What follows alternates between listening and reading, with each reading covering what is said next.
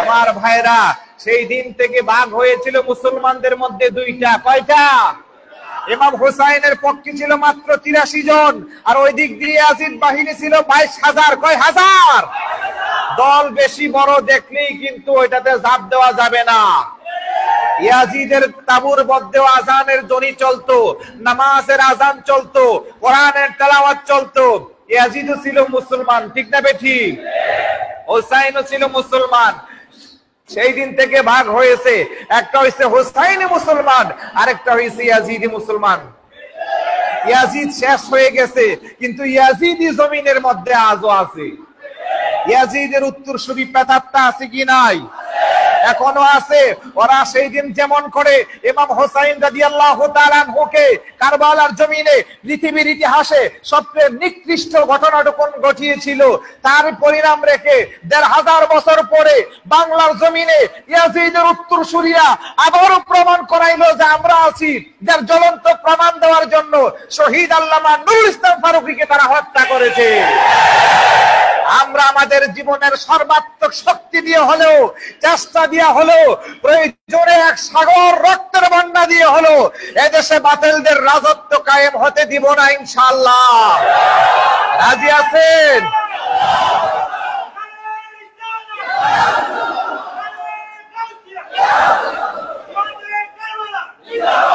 আমরা কোনো কাপুরুষ নই যে রাতের অন্ধকারে গিয়ে বাসার মধ্যে কাপুরুষের মতো নির্মম ভাবে হত্যা করব। আল্লামা শহীদ নুরুল ইসলাম ফারুকী মিডিয়ার সামনে লক্ষ লক্ষ কোটি কোটি মানুষের সামনে বারবার চ্যালেঞ্জ ঘোষণা করেছিলেন, ঠিক না বেঠি? কিন্তু এই কাপুরুষের শয়তানেরা, ইয়াজিদের প্রেতাত্মারা, ইহুদি খ্রিস্টান নাসারাদের প্রশিক্ষণ প্রাপ্ত দালালেরা, যাদের টাকা পয়সা দিয়ে যাদের সংসার চলে, ওরা আজ পর্যন্ত কোনোদিন পারে নাই ফারুকীর সামনে হাজির হইতে। ফারুকীর উত্তরসূরি আমরা যারা আছি, আমাদের সামনে আসতে পারবে না। ইয়া রাসূলুল্লাহ,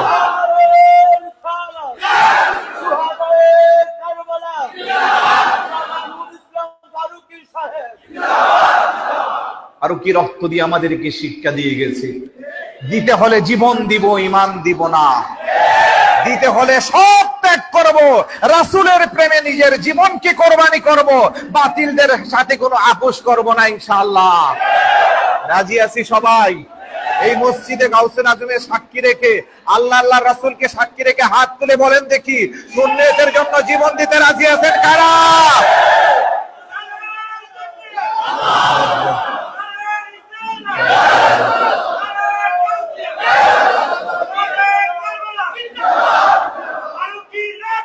বৃথা যেতে দিব না ফারুকীর রক্ত।